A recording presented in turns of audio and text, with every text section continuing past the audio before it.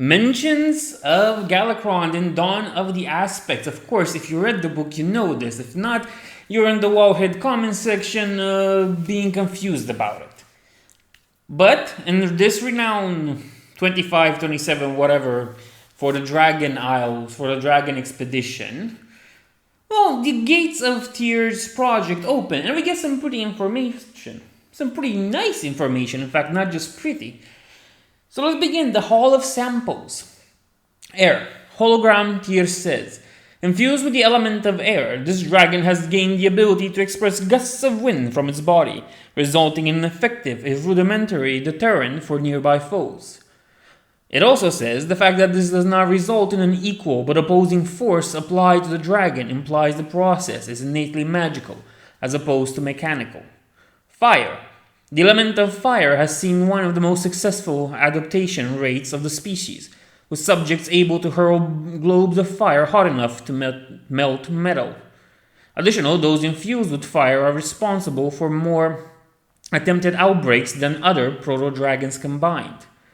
Ice. Infused with the element of water, this proto-dragon has lost its fire-breathing capabilities and gained an equally lethal weapon in its stead.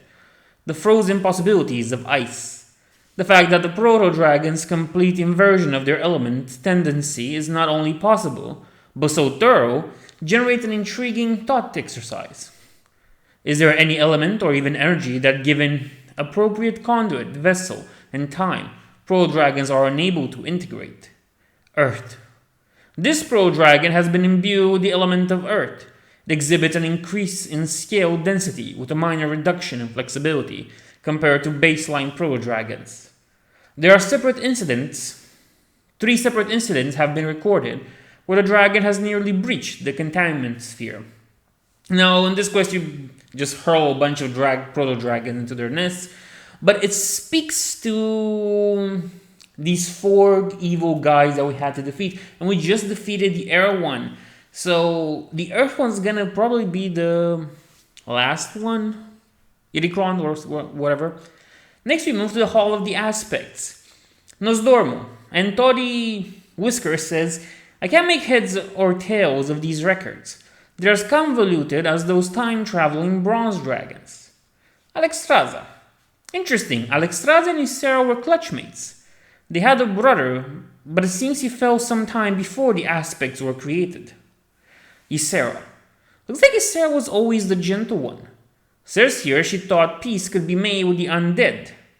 Odd, none of our history mentions the dragons fighting undead. Probably skipped over that. Malagos. It says here that before Malagos became an aspect, he almost succumbed to undeath. That doesn't make any sense. What undeath are they talking about? Neltarion. Neltarion used to be one of Alexstrasza's closest friends and confidants. It must have broken her heart to see him fall to madness. Hall of Records.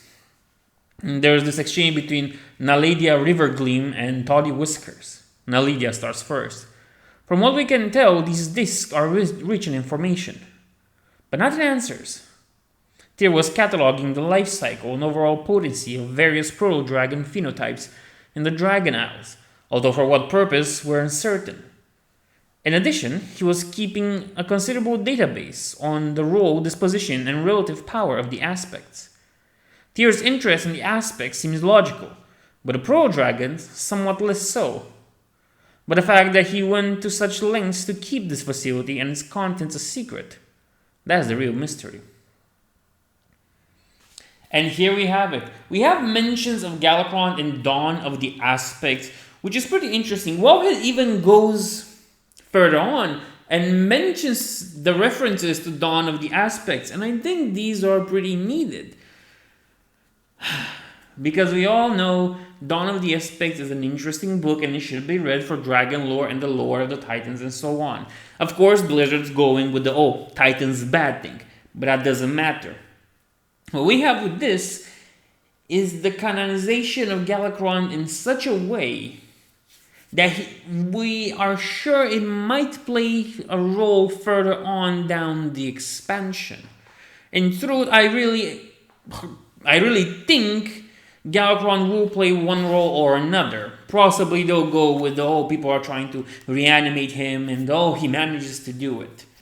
But let's also look at what Wowhead references here about the Dawn of the Aspects. One fun thing about this questline is that it's allowing the players to help NPCs discover lore that we already know about, but they don't. The fact that Alexstrasza and Ysera were clutchmates, whose brother was lost before they became Aspects, is news to the Dragonscale expedition, but not to anyone who's read the novel Dawn of the Aspects. Especially interesting is Toddy's visible confusion at any mention of undeath. We know that Galakrond, infused with life spring water that had become corrupted by the old gods, grew to an enormous size, feasting on his fellow proto-dragons, who then rose as undead bound to his will.